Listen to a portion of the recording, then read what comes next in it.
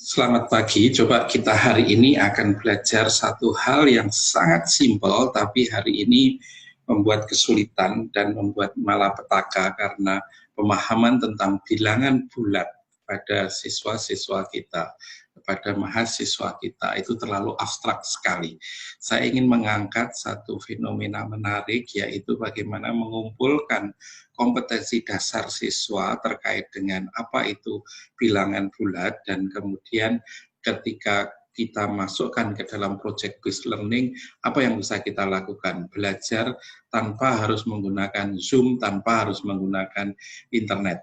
Saya ingin tampilkan satu slide ini saja, mudah-mudahan 5 menit ini sanggup mengubah cara berpikir kita, mengubah pemahaman kita tentang apa itu bilangan bulat. Anda lihat, menganalogikan itu jadi kata kunci ketika belajar matematika.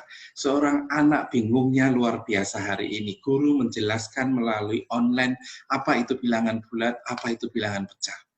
Nah, kalau misalnya kita ingin belajar dengan langsung membuat proyek di sekolahan atau proyek hari ini di masa pandemik adalah melakukan project based learning di rumah, maka cukup misalnya setiap pagi, tidak harus setiap pagi mungkin ya, 2 pagi sekali atau 3 pagi sekali, mintakan kepada siswa kita untuk pertama membuat telur mata sapi atau telur dadar. Ya, dari situlah kemudian lakukan rekonsiliasi. Telur itu bulat, maka telur itu adalah bilangan bulat. Anda bisa mulai bercerita bahwa bilangan bulat itu dimulai dari ketika menghitung telur. Berapa jumlahnya telur itu? Oh, ada 3. Ya, kemudian tolong buatkan turus atau sapu lidi. Ya, setelah itu kita masuk ke simbol. Anda munculkan huruf Romawi, tapi huruf Romawi punya problem ketika bilangan 10 hadir, bilangan 11 dan seterusnya dia mengalami kesulitan. Maka muncul bilangan Arab, ya, atau pertama kali Hindu kemudian Arab, sehingga muncul bilangan 0 hingga akhirnya kita punya sistem bilangan desimal seperti yang kita miliki, 0 sampai dengan 9.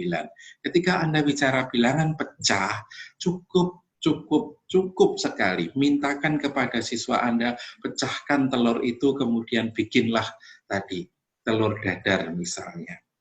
Nah, telur dadar seperti yang di gambar saya ini ada 8 bagian. Maka kalau diambil 1, ketika telur tadi 1 bulat dipecah menjadi 1/2, kemudian dimasukkan ke dalam wajan atau loyang, maka menjadi bagian lingkaran itu tadi. Kalau mau dibagi 8 orang, maka 1 akan mendapatkan 1/8. Enough, cukup. Disitulah kita belajar pecahan. Ya. Maka kalau mau diteruskan sistem bilangan itu tadi, 1 akan bisa Anda bawa kalau anak-anak sudah belajar tentang komputer, tentang coding, tentang pemrograman, maka bilangan 0 bisa kita bawa ke sistem biner dengan 8 bit, ya. Maka 0 menjadi 00000000, misalnya seperti itu. Berarti kalau 10, 0000, 1010 dan seterusnya.